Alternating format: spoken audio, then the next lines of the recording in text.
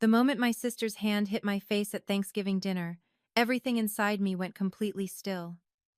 I remember the exact sound the room made after it happened. Nothing. No voices, no utensils, just silence so heavy it felt like the air itself had stopped. She looked at me like I had done something unforgivable, like I didn't deserve to even stand in the same room as her. Then she screamed at me, right there in front of everyone, calling me blind and stupid like I was some kind of stranger who had walked into their perfect family picture and ruined it. What hurt even more than the slap was what came next. My own mother didn't ask what happened. She didn't even look confused. She just told me to apologize or leave the house immediately, like the answer was already decided before I even spoke. And my father? He didn't say a single word. He just stood up slowly and opened the front door, holding it there like I had already been removed from the family before I even stepped outside. Before I continue, I just want to say if this story resonates with you even a little, consider liking and subscribing, and drop a comment telling me where you're watching from and what time it is in your city right now, because sometimes it helps to know someone somewhere is listening. My name is Emily Carter. I'm 32 years old, and this is the night my family stopped being my family in a way I never saw coming. That Thanksgiving night didn't just end with me walking out of that house, it ended with something inside me breaking quietly enough that no one noticed. I didn't scream, I didn't argue, I didn't even cry in front of them.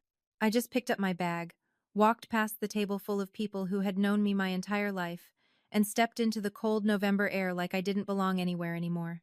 I drove for hours that night through empty highways and dim gas station lights, trying to make sense of what had just happened, replaying every second over and over again, wondering how a single accidental moment turned into me being erased from my own family. What I couldn't understand was how quickly everyone agreed I was the problem, how there was no discussion, no hesitation, just instant judgment like the decision had already been made long before Thanksgiving even started. And the strangest part was something none of them noticed at the time, something small, something almost meaningless in the moment, but something that didn't fit right at all, like a piece of a puzzle that didn't belong in the picture. I kept thinking about it as I drove, but I told myself it was just shock, just emotions running high.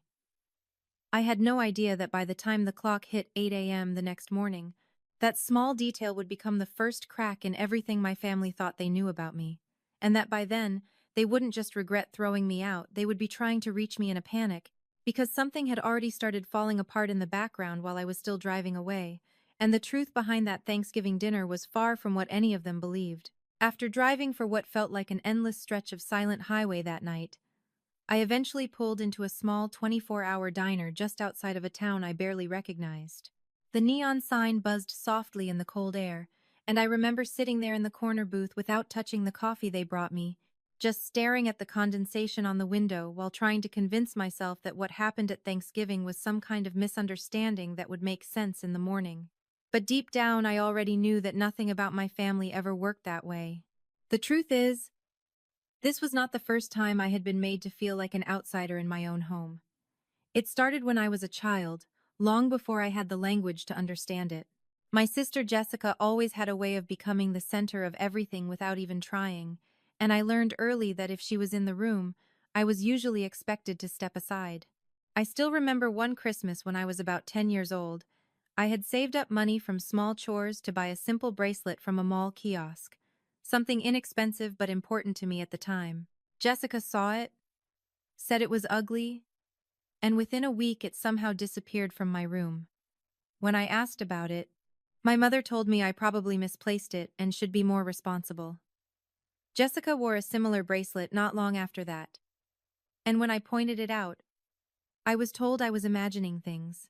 That became a pattern I did not fully understand until I was older. Jessica's mistakes were always explained away, while mine were always questioned. At family dinners, she was asked about school, friends, plans for the future. I was usually told to help clean up or bring things from the kitchen. Even my smallest successes were often met with silence, unless Jessica had something bigger to compare them to. My father was not unkind, but he was absent in the ways that mattered most. He worked long hours, came home tired, and rarely stepped into disagreements. My mother, Linda, was the structure of the house, and her structure always seemed to bend in one direction. Over time, I learned not to speak too loudly about what I wanted, because it rarely mattered how I felt once Jessica had already formed an opinion. There was one moment during high school that I still remember clearly. I had been accepted into a summer academic program I worked very hard for, and I came home excited to share it. Jessica was sitting at the kitchen table when I told my parents. Instead of congratulations, my mother looked concerned and said it might make Jessica feel left out since she had not been chosen for anything similar that year. My acceptance letter stayed on the refrigerator for exactly 2 days before it was quietly removed. I was told it was cluttering the space. Small things like that built up over time, shaping a version of me that learned to stay quiet, to avoid conflict, to expect less.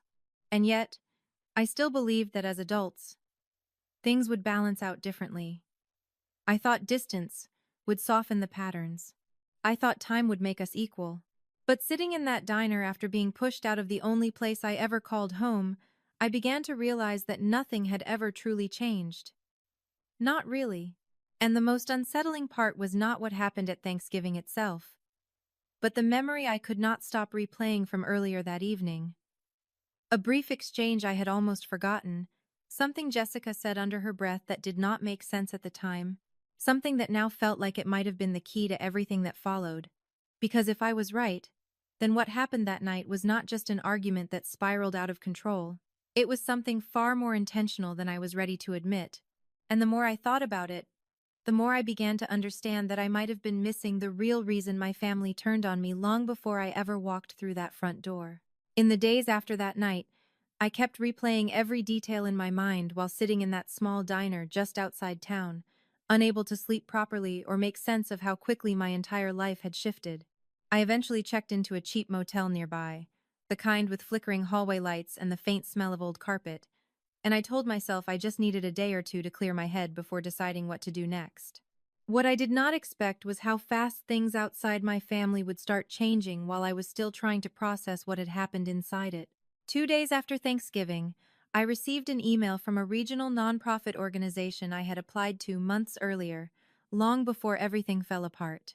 They were offering me a last-minute interview slot for a project coordinator position I had almost forgotten about. I remember staring at the message for a full minute, unsure if I should even respond, because at that point my confidence felt completely shattered. Still, something inside me pushed me to show up. The interview was scheduled over video call, and I sat in my car outside a grocery store parking lot using the Wi-Fi just to make it work. I kept my answers simple, honest, and calm, not expecting anything to come from it. But 3 days later, I got the call. I was selected. The position was not glamorous, but it was stable, and it came with responsibilities I knew I could handle. For the first time in a long time, I felt like I had been seen for something other than the version of me my family had always reduced me to. I did not tell anyone at first. I think part of me was afraid that saying it out loud would somehow make it fragile. I started working quietly, staying in a small rented apartment, rebuilding my routine day by day. But even as my life began to stabilize, something strange started happening. Messages began to come through from family members I had not heard from in years. At first, they were casual, asking where I was staying, how I was doing, nothing alarming. Then Jessica started texting me. Her tone was different from anything I had ever seen before. Short, tense messages asking if I had spoken to anyone, if I had done anything after leaving the house. She never explained why she was asking, but there was urgency in every word. My mother left a voicemail one night, her voice unusually controlled, asking me to call back immediately, saying there had been a misunderstanding that needed to be fixed. My father did not reach out at all, which was somehow more unsettling than the others. The more I ignored it, the more frequent the messages became. Then one evening, I received a call from a number I did not recognize. It was my uncle, and his voice was strained, almost cautious. He told me there had been some unexpected complications involving family finances and legal paperwork that had surfaced shortly after Thanksgiving. He did not go into detail, but he kept repeating that my name had come up in places it should not have. That was the first moment I felt a cold shift in my stomach, because I had done nothing since leaving that house except try to rebuild my life quietly. I had no idea what he was talking about, but clearly my family believed I was involved in something far bigger than I understood. That night I sat in my apartment, phone on the table, watching it light up again and again with unanswered calls.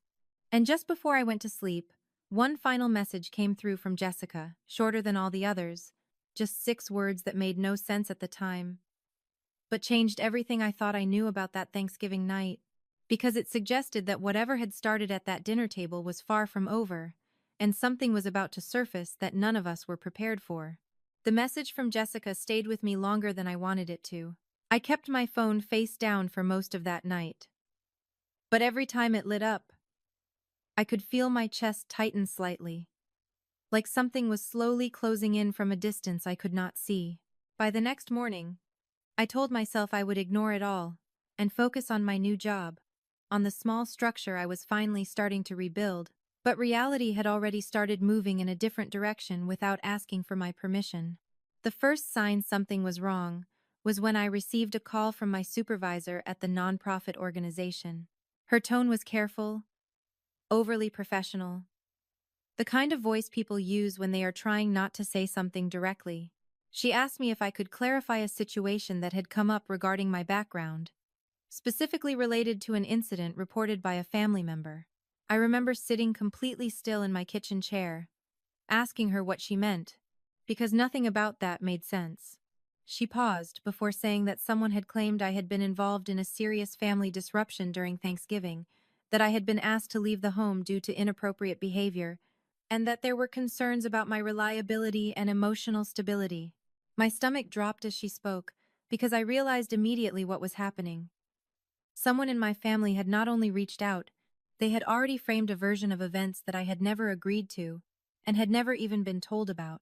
I tried to explain, carefully, that I had been the one asked to leave, that I had done nothing wrong, but I could hear hesitation on the other end of the line, the kind that does not come from disbelief alone, but from already hearing a different version first. That was when I learned that Jessica had contacted them days earlier, presenting herself as the concerned sister, describing me as unstable, claiming I had caused a scene at Thanksgiving and left voluntarily under unclear circumstances. My hands went cold as I listened, because every detail she gave was just believable enough to sound reasonable to someone who did not know the full context. She had not lied with obvious extremes. She had shaped a story that looked almost real from the outside, and that was what made it dangerous.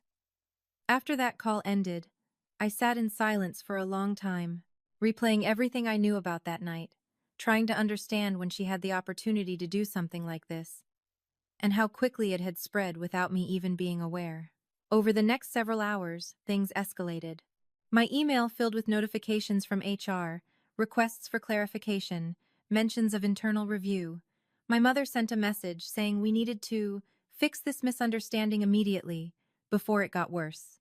My father finally called, his voice low, telling me I needed to come home and explain myself properly because people were asking questions. No one told me what questions, and no one asked what I had experienced. They were all responding to a story I had never been part of writing. The most painful part was realizing how easily it had taken hold, how quickly my silence had been replaced by someone else's version of me. I kept thinking about Thanksgiving, about the way no one had asked a single question when I left, and now suddenly everyone was certain they understood everything. By the end of that day, I received an official notice from my workplace, placing my position under temporary suspension pending review. I stared at the screen for a long time, unable to process how something I had just begun to build could unravel so quickly from words I never said. And just as I was trying to steady myself, another message came through from Jessica. And this time it was not vague or uncertain at all. It was direct enough to make my entire body go still, because it confirmed that whatever story she had told, it was not just spreading, it was being believed. And by the time I understood how far it had gone, there was already nothing left to hold on to. After the suspension notice hit my inbox, everything that followed felt like a slow collapse. I could not stop no matter how many times I refreshed my email or checked my phone. I kept thinking there would be some moment where someone would finally listen, where I could explain everything clearly and it would all be corrected, but that moment never came. Instead, What came was silence from the people I thought would at least be curious enough to ask questions. I started calling first. I called my mother 3 times in one morning, letting it ring until voicemail every time. The only response I received was a single text message that said, "We are dealing with this as a family. Stop making it worse." I stared at those words for a long time, because I had not even been included in whatever "we" meant anymore. I tried my father next, but he did not answer. Later that evening, he finally sent a short email telling me I should stop reacting emotionally and come home to resolve this properly.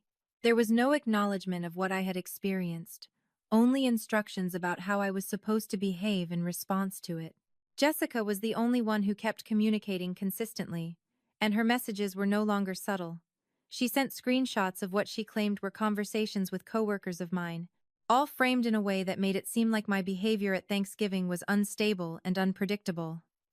One message included a fabricated apology she claimed I had sent her, written in a tone I would never use. Another included a photo of the Thanksgiving table with a circle drawn around where she said I had started the incident.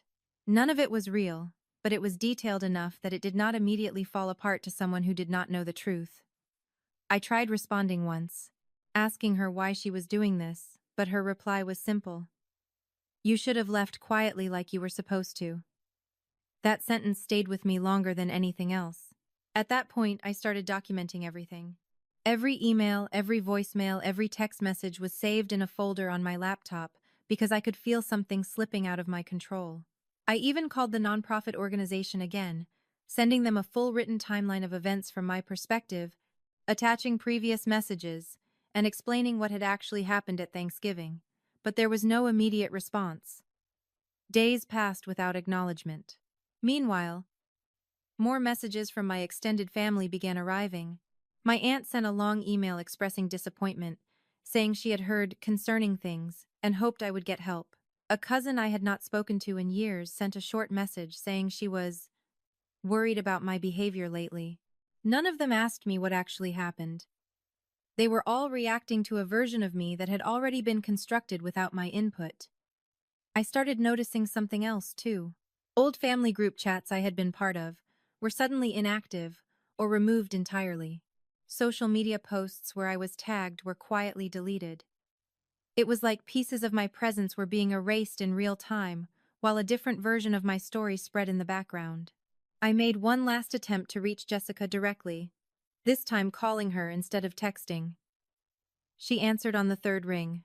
Her voice was calm, almost detached, like she was discussing something unrelated to me.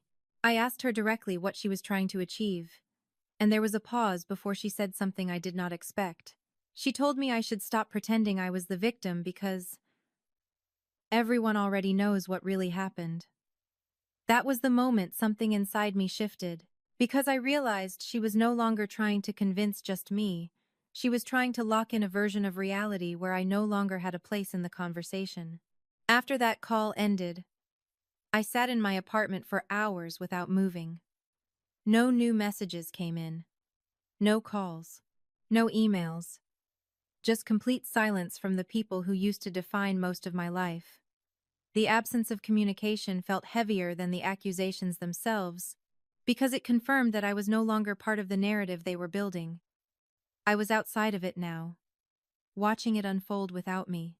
And in that silence, I began to understand that this was no longer just about Thanksgiving, or a misunderstanding, or even a family disagreement. It was something that had already reached a point where truth no longer mattered to them. And I was completely alone in the space between what I knew happened and what everyone else had already decided was true. The days after everything collapsed into silence were the hardest I have ever experienced, not because something new was happening, but because nothing was. No messages, no calls, no explanations, just a steady emptiness that filled every hour of my day. My suspension from work had turned into something more permanent after the internal review never reached out again, and I eventually received a formal notice saying my position had been terminated due to reputational risk concerns. Reading those words felt strange, like I was being removed from a life I had only just begun to rebuild, not because of anything I had done, but because of a story that had already been accepted without me. I remember sitting on the edge of my bed in my small apartment, holding that email on my phone for a long time without reacting, because there was nothing left in me that knew how to respond anymore. The worst part was not the job itself, but the realization that I had become a person others could discard without hesitation based on words I never said. Around the same time, the apartment started feeling smaller in a way I could not explain. It was not the space itself, but the absence of any connection inside it. I stopped receiving even the indirect updates from my family. No more messages from my mother, no more accusations from Jessica, no more passive instructions from my father. It was as if I had been completely erased from their active lives, replaced by a version of me they had already decided was beyond reach. One afternoon, I tried calling my mother again, just to hear her voice, even if she would not listen to me. The call went straight to voicemail. I left a message asking if we could talk. Just once, without assumptions or accusations. But there was no reply. A week later, I found out through a distant relative that my grandmother had passed away quietly in her sleep. I had not been told. There was no call, no message, no invitation to attend anything. I only found out because someone outside the immediate family mentioned it in passing during a short phone conversation. I remember sitting in my kitchen after that call ended, unable to fully process it, because it felt like even grief had been distributed selectively, and I was no longer included in that distribution. I did not even have the chance to say goodbye, and no one thought to tell me I should. That realization hit harder than anything else that had happened before it. It was not anger that came first, but a very quiet kind of disbelief. Like I was watching my own life from a distance where I no longer had influence over anything that mattered. I started going days without speaking to anyone at all. My routine became mechanical. Wake up, check messages that were no longer there, sit by the window, and try to understand how everything I had known could dissolve so completely in such a short amount of time. Even Jessica stopped sending direct messages. The last thing she had ever written to me remained unread in my mind. Not because I avoided it, but because I already understood its meaning. I had become someone they no longer needed to convince, only someone they had already decided to exclude. One evening, while sitting alone in the dim light of my apartment, I realized I was no longer waiting for explanations from them. That part of me had gone quiet. Instead, something else was starting to form. Something less emotional and more focused, like a slow return of clarity after too much noise. I began organizing everything I had saved, every email, every message, every timeline of events. Not because I knew what I would do with it yet, but because it was the first time I felt the need to put everything in order instead of just surviving it. And in that quiet, unfamiliar space between loss and awareness, I started to notice something small but important beginning to shift. Not outside my life yet, but inside me, like the very beginning of a decision I had not fully made, but could no longer avoid. The first time I noticed something shifting again was not because something big happened, but because I realized I was no longer waking up feeling like I was waiting for permission to exist. The silence that had once felt heavy and suffocating had slowly turned into something different, something more neutral, like space I could finally move through without being watched. I started waking up earlier, not out of stress, but out of structure. I would sit by the small kitchen table in my apartment with a notebook open, writing down tasks that had nothing to do with survival anymore, and everything to do with rebuilding. I began applying for additional projects, freelance coordination work, small consulting opportunities, anything that allowed me to use my skills without waiting for approval from places that had already decided I was unreliable. The responses did not come quickly, but I no longer measured my days by responses. I measured them by effort. I began organizing community outreach documents, editing reports, and helping small local organizations structure their programs. None of it was glamorous, but it was mine, and for the first time in a long time, that felt enough to keep moving forward. I stopped checking my phone constantly. I stopped expecting messages from people who had already chosen silence. Instead, I built routines that did not depend on anyone else remembering me. Grocery runs on Saturday mornings. Coffee at the same small place 2 blocks away every Wednesday. long walks in the evening when the air was quiet enough that I could think without interruption. I did not talk about my family. I did not explain my past. I let my actions speak, where words had failed me before. Slowly, opportunities began to return in small, unexpected ways. A former colleague reached out asking if I could help structure a nonprofit event schedule. A local coordinator asked if I could review operational plans for a community program. Each request was small, but each one added something back into my life that had been missing for months. Trust from people who had no reason to know my history or judge me for it. I kept all communication professional, precise, and consistent. I learned to let reliability replace explanation. There were still moments when the past tried to pull itself into my present. A random email thread would remind me of my old job. A notification from an unfamiliar number would make my chest tighten for a second before I realized it was nothing related to my family. But those moments became shorter over time, less consuming. I stopped reacting to every memory like it had control over me. Instead, I acknowledged it and moved forward. One evening, after finishing a long day of reviewing documents for a regional project, I sat outside on the small balcony of my apartment, looking at the city lights in the distance. It was quiet in a way that no longer felt empty. I thought about everything that had happened, not with confusion anymore, but with distance. The anger had faded. The confusion had settled. What remained was clarity.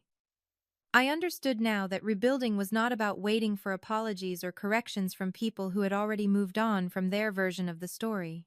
It was about creating something stable enough that their version no longer mattered. I opened my laptop that night and reviewed an email draft for a larger proposal I had been asked to contribute to, something that could expand my role beyond what I had expected a few months earlier. As I read through it, I realized I was no longer the same person who had walked out of that house on Thanksgiving night. I was not defined by that moment anymore, even if it had shaped the direction of everything that followed.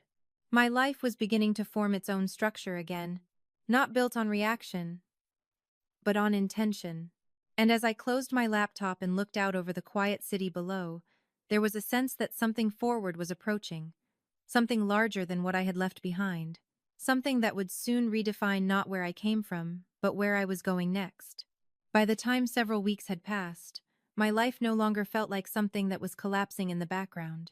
It had started to take shape again, slowly but deliberately, as if I was rebuilding something brick by brick with my own hands, instead of waiting for anyone else to fix what had been broken. The freelance work I had taken on began turning into something more consistent. One of the community organizations I had helped with early on invited me to take a formal operations coordinator role for a regional development project. And I still remember the moment I received the confirmation email. I was sitting at the same small kitchen table in my apartment, the one that had once felt so empty, and reading the subject line twice before it fully registered.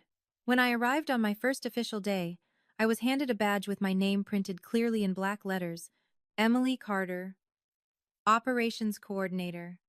And for a moment, I just stood there holding it, feeling the weight of something that was not emotional pain for once, but responsibility that I had earned on my own terms. There was a conference room orientation that morning, and I remember walking in wearing a simple dark blazer, my hair pulled back, a notebook in my hand, and for the first time in a long time, I did not feel like I was entering a space where I needed to defend my existence.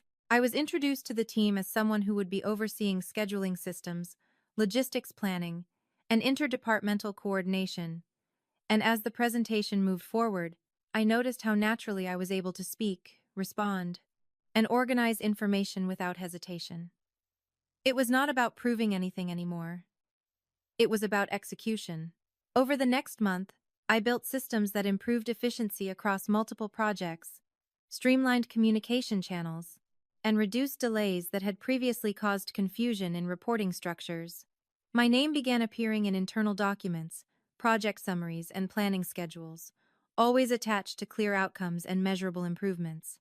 I remember the first time I saw my name printed on an official project report header, aligned neatly under the organization's logo, and realizing that this version of me was no longer tied to the version of me that had been pushed out of a house on Thanksgiving night. There was no dramatic moment of transformation. It was gradual, almost quiet, but steady enough that I stopped looking back as often.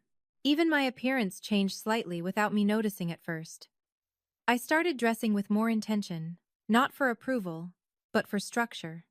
Simple professional clothing, clean lines, practical choices. I kept a laminated access card clipped to my bag every day, and the sound of it tapping lightly against my keys became something familiar, almost grounding. People began to rely on my consistency. Deadlines were met, systems were maintained, communication became clearer in the spaces I managed. I was no longer the person being defined by someone else's narrative. I was the person building the framework others depended on. There were still occasional moments when reminders of my past would surface unexpectedly, usually in passing conversations or distant mentions of family gatherings I was no longer part of. But those moments no longer destabilized me. They passed through like background noise instead of breaking through everything I had built. One afternoon, while reviewing a quarterly operations summary in a glass-walled office overlooking the city, I paused for a moment and looked down at the document in front of me. My name was listed again, attached to outcomes that had nothing to do with the version of me that had been erased in someone else's story. In that moment, I realized I was no longer trying to recover what I had lost. I was maintaining something new. And as I closed the file and prepared for my next meeting, the present version of my life felt solid enough that I no longer needed to define it by where it began, only by where it was continuing to go. It had been months since I last thought I would ever have to look backward again. Months since my life started to feel structured enough that the past no longer controlled the rhythm of my days. But that morning, everything changed in a way I did not anticipate. I received a message from an unknown number while I was preparing for an early project meeting. The text was short, almost clinical, asking me to confirm my identity for a legal inquiry related to my family name. I stared at it for a long moment, feeling something subtle but familiar rise in my chest. Not fear exactly, but recognition that something unfinished had finally caught up to the present. I did not respond immediately. Instead, I continued my day, attended my meetings, reviewed schedules, and processed documents. But I could feel the message sitting in the back of my mind like a weight that refused to dissolve. Later that afternoon, I received another message, this time with a formal request asking me to appear at a scheduled civil mediation session in the city the following week. The notice referenced my family members directly, including my mother and sister, and stated that my presence was required to clarify unresolved statements made during a prior report. I remember reading it twice, slowly, because I could feel the careful structure of language, hiding something I was not yet being fully shown. That evening, I sat alone in my apartment, the same apartment that once felt like recovery, and now felt like a space preparing me for something I had not yet stepped into. I tried calling the contact listed in the notice, but the line only connected to an automated message. No clarification was given. No explanation beyond the formal wording. Just a date, a time, and instructions to appear in person. The next morning, I took a train into the city, sitting by the window as the landscape moved past in blurred sections, thinking about how far removed I had become from the version of myself that once waited for apologies that never came. When I arrived at the building, it was quieter than I expected. A simple administrative facility with glass doors and neutral lighting that made everything feel suspended. I checked in at the front desk and was directed to a waiting area. There were other people there, but no one spoke. The air felt controlled, structured, like every sound had been intentionally reduced. After a few minutes, a staff member called my name and asked me to follow them. I walked through a narrow hallway, into a conference room, where a long table had already been arranged with documents placed neatly in front of empty chairs. On one side of the table sat my mother, Linda, and my sister, Jessica. Seeing them there did not bring shock, but something slower, heavier, like the final stage of something I had already been moving toward without realizing it. They both looked up when I entered, but neither spoke immediately. My mother's expression was controlled, almost rehearsed, while Jessica's eyes carried a tension I had never seen from her before. The staff member closed the door behind me and gestured for me to sit. I did not move right away. I stayed standing for a moment, taking in the arrangement of the room, the documents on the table, the silence between us that felt different from every silence we had ever shared before. My father was not there. That absence alone felt meaningful in a way I could not fully articulate. I finally sat down across from them, placing my bag carefully beside my chair. No one spoke for several seconds, and in that silence I could feel the entire weight of everything that had happened between us stretching across the table without needing words. My mother finally opened a folder in front of her, glancing down at the papers before speaking in a tone that was measured, careful, almost detached. She said they were there to resolve discrepancies in statements that had been submitted regarding the events of Thanksgiving. The words were formal, but I could feel the tension underneath them, like something had already begun to shift in ways they were not prepared to fully control anymore. Jessica shifted slightly in her seat, glancing at the documents but not touching them. I noticed her hand hovering near the edge of the table before pulling back again. My mother continued speaking, referencing reports, claims, and statements that had been filed, but she did not look directly at me as she spoke. It felt less like a conversation and more like the early stage of something being carefully unfolded. I could feel the room narrowing, not physically, but emotionally, as if the space between what had been said and what had not yet been said was about to collapse. And just as she reached for the next document in the folder, pausing for a fraction of a second before turning the page, I realized I was about to hear something that none of us had fully acknowledged until this exact moment, something that had been shaping every step of this journey without ever being openly named. The moment the first document was placed on the table, the entire room shifted in a way that was almost imperceptible at first, like a quiet pressure change before a storm. My mother did not look at me when she spoke.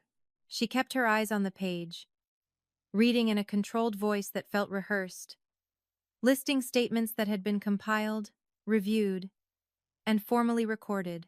She referred to an internal report submitted after Thanksgiving, describing a series of claims made by multiple family members, claims that painted a version of events I had never been part of. I listened without interrupting, because interrupting would not have changed the fact that the words were already written down and already accepted somewhere outside this room. Jessica sat across from me, her hands folded tightly, but her posture was different now. There was no confidence left in it, only tension. My mother continued reading, stating that I had allegedly left the home after a disruptive incident, that I had refused to comply with family resolution attempts, and that my behavior had caused emotional distress within the household. Each sentence was delivered carefully, as if precision alone could make it unquestionable.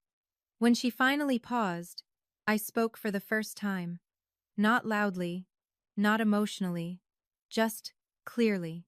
I asked one simple question. Who wrote this version of events? My mother hesitated. That hesitation lasted less than 2 seconds, but it changed everything in the room. Jessica looked down immediately. That was the first confirmation that something underneath this entire situation was not as stable as it had been presented. My mother answered that multiple family members had contributed statements based on their understanding of what occurred that night. I nodded slowly, letting the silence settle again before I spoke. I told them I had no interest in debating interpretations. I had documentation. I said the word documentation without emphasis, without threat, just fact. That was when I placed my own folder on the table. I had not planned any dramatic reveal. I simply opened it and began laying out printed emails, time-stamped messages, call logs, and formal correspondence from the nonprofit organization that had reviewed my employment situation. I placed them in order, calmly, one after another, aligning them neatly in front of me. My voice did not rise. I did not accuse. I simply read what each document confirmed: that I had been asked to leave the house without explanation, that external statements had been made about me without my knowledge, that those statements had directly influenced professional consequences that were later reversed once reviewed. The room did not react immediately. It took time for what was being said to fully register.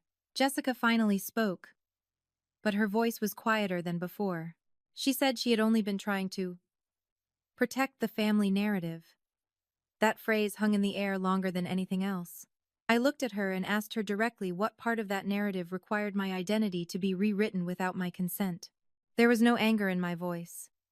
That was what made the question land differently. My mother shifted in her seat for the first time, finally looking at me instead of the documents. Her expression had changed slightly, not into defensiveness, but into something closer to uncertainty. I continued calmly, explaining that every claim made about me had already been reviewed externally, and that discrepancies between their statements and recorded evidence had already been identified. I did not raise my voice. I did not need to. The structure of what I was presenting was already doing the work. Jessica's hands tightened slightly. She asked what I wanted from this. It was the first time she sounded unsure. I told her I did not want anything from them anymore. That I had already rebuilt what they had taken me out of. That the only reason I was here was because they had initiated a formal process that required clarification. My mother finally closed the folder in front of her. The sound was soft but final. She said my name slowly, as if recalibrating how she understood me. For the first time in a long time, there was no instruction attached to her voice. Only acknowledgement. And then she said something I did not expect. She admitted that parts of what had been assumed that night were based on incomplete information and internal assumptions that escalated without verification. Jessica looked up immediately at that sentence, her expression breaking in a way she had been trying to prevent since I walked into the room. No one raised their voice. No one argued. The truth did not arrive as a confrontation. It arrived as a correction that could no longer be avoided. And in that quiet space between what had been believed and what was now being acknowledged, I realized that the version of me they had built their entire response around was collapsing in real time, not because I demanded it, but because it could no longer hold against what was already documented and undeniable, leaving the room suspended in a silence that felt heavier than anything that had been said before. The silence that followed my last words in that room did not feel like an ending. It felt like something had finally stopped pretending. No one spoke immediately after the documents were laid out side by side, mine and theirs, like two versions of the same story that could no longer exist together. My mother kept her hands resting on the table, not moving, not reaching for anything, just sitting very still, as if movement itself might collapse the fragile structure she had built around this entire situation. Jessica broke first, but not in the way I expected. She did not argue. She did not defend herself. She simply looked down at the table and said quietly that she had not meant for things to go this far. That sentence did not undo anything. It only confirmed how far things had already gone without me. My father was not in the room, and in that absence I finally understood something I had avoided thinking about for a long time. This had never been a misunderstanding between two sides. It had been a system that functioned without my voice being necessary at all. My mother finally spoke again, but this time her tone was different. There was no instruction in it, no expectation. She said my name, Emily, like she was trying to locate who I had become rather than who I had been assumed to be. She admitted, carefully and slowly, that decisions made after Thanksgiving had been influenced by incomplete accounts and assumptions that were never properly verified before being acted upon. She did not call it a lie. She did not call it intentional. She called it misalignment, but the meaning was the same. Jessica's hands trembled slightly as she reached for a glass of water but did not drink from it. She kept looking at the documents I had brought, as if trying to find a version of herself that still made sense inside them. I did not raise my voice at any point. I did not need to. I simply stated what had already been confirmed outside of this room. That my employment situation had been fully reviewed and reinstated based on documented evidence. That statements made about my behavior had not been supported by any factual record. That consequences placed on me had already been reversed before I walked into this building. I told them I was not here to argue emotional interpretations anymore. I was here because they had initiated a formal review process that required clarity, and clarity was what I had brought. My mother looked at me for a long moment after that. Not with anger, but with something closer to uncertainty. She asked, almost quietly, what I expected from them now. That question stayed in the air longer than anything else. I answered honestly. I said I expected nothing, not because I was trying to punish them, but because I no longer needed anything from a place that had already decided who I was without me. Jessica finally spoke again, her voice lower than before, asking if there was any way to fix what had happened. I told her I was not interested in fixing narratives that required me to disappear for them to function. There was no accusation in my tone, only finality. My mother closed the folder in front of her again, slower this time, as if acknowledging that there was nothing left inside it that could change what had already been established.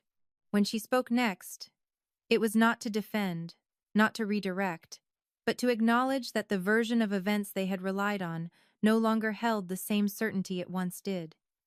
No one interrupted her. No one argued. The room felt different now, not resolved, but exposed. And as I stood up from the table, collecting my things without hesitation, I realized something that had been forming quietly since the moment I walked in. I was no longer trying to be understood by them. I was no longer waiting for recognition, correction, or restoration. I was simply moving forward with what was already mine, independent of whether they accepted it or not. Jessica called my name as I reached the door, but I did not turn around immediately. When I finally did, there was nothing left in her expression that felt like certainty, only realization that the story she had controlled for so long no longer had the same shape. I left the room without another word, and for the first time, the silence behind me did not feel like loss. It felt like separation, but even as I stepped into the hallway and the door closed softly behind me, I knew that something between us had not fully ended. It had only shifted into a form none of us were fully prepared to define yet. After that meeting, I walked out of the building without looking back, and for the first time in a very long time, I did not feel like I was carrying the weight of someone else's version of my life. The air outside was colder than I expected, but it felt clean, almost like it had been waiting for me to finally step into it without hesitation. I did not receive another message from my mother that day. Jessica did not call again. My father remained silent, and strangely, that silence no longer felt like rejection. It felt like distance that had finally been acknowledged instead of resisted. In the weeks that followed, my life did not suddenly become perfect, but it became mine in a way it had never been before.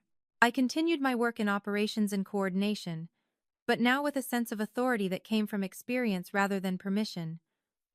My responsibilities expanded slowly, not because I demanded more, but because I had proven consistency in places where words no longer mattered. I was assigned to oversee multi-city planning coordination for a regional initiative, and I remember the first time I signed off on an official report without hesitation, seeing my name printed at the bottom with a level of clarity and ownership that no one else could redefine. My apartment remained small, my routines remained simple, but there was peace in the structure I had built. I no longer checked my phone expecting emotional resolution from people who had already chosen their version of the past. Instead, I learned to trust the quiet stability of actions over explanations. There were moments still, when memory would surface unexpectedly. A certain smell, a certain date, a passing mention of holidays would bring me briefly back to that table, to that silence, to the moment I was asked to leave without being understood. But those moments no longer controlled me. They passed through like weather, not like identity. Over time, I came to understand something that no document or confrontation had ever needed to prove. People will build stories that make sense to them long before they ever ask whether those stories are true. And sometimes, the only way to survive those stories is to stop trying to be included in them. One evening, months later, I stood by my apartment window holding a simple ceramic mug, watching the city lights shift slowly below me. I thought about everything that had happened, not with anger anymore, but with clarity. What I lost was not just a family in that moment. It was the illusion that belonging should come at the cost of self-erasure. And what I gained was something quieter, but far more permanent. The understanding that I do not need to be chosen by a story that was never written with honesty in the first place. If there is one thing I would say to anyone listening who has ever been made to feel invisible in their own life, it is this. Protect your voice even when others refuse to hear it. Protect your boundaries even when they are tested by people who claim they love you. And most of all, trust the version of yourself that remains when all the noise finally stops. My name is Emily Carter, I am 32 years old, and the most important truth I learned through everything is this: your worth does not change based on who refuses to see it. And sometimes, the most powerful thing you can do is walk away from a place that only understands you when you are silent. If this story reached you in any way, I just want to say thank you for staying until the end. You are not alone in what you feel, even when it seems like no one else understands it. And maybe that is what healing really begins to sound like. Not loud, not immediate, just steady, like something finally returning to where it belongs. If you found meaning in this story, feel free to share your thoughts.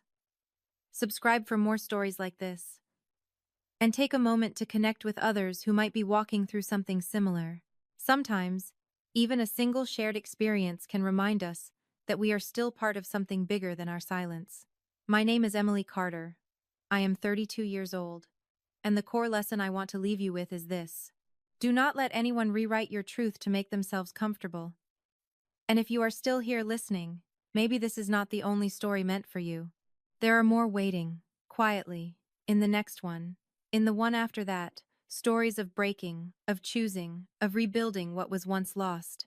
And perhaps, when you are ready, you will find yourself in those too.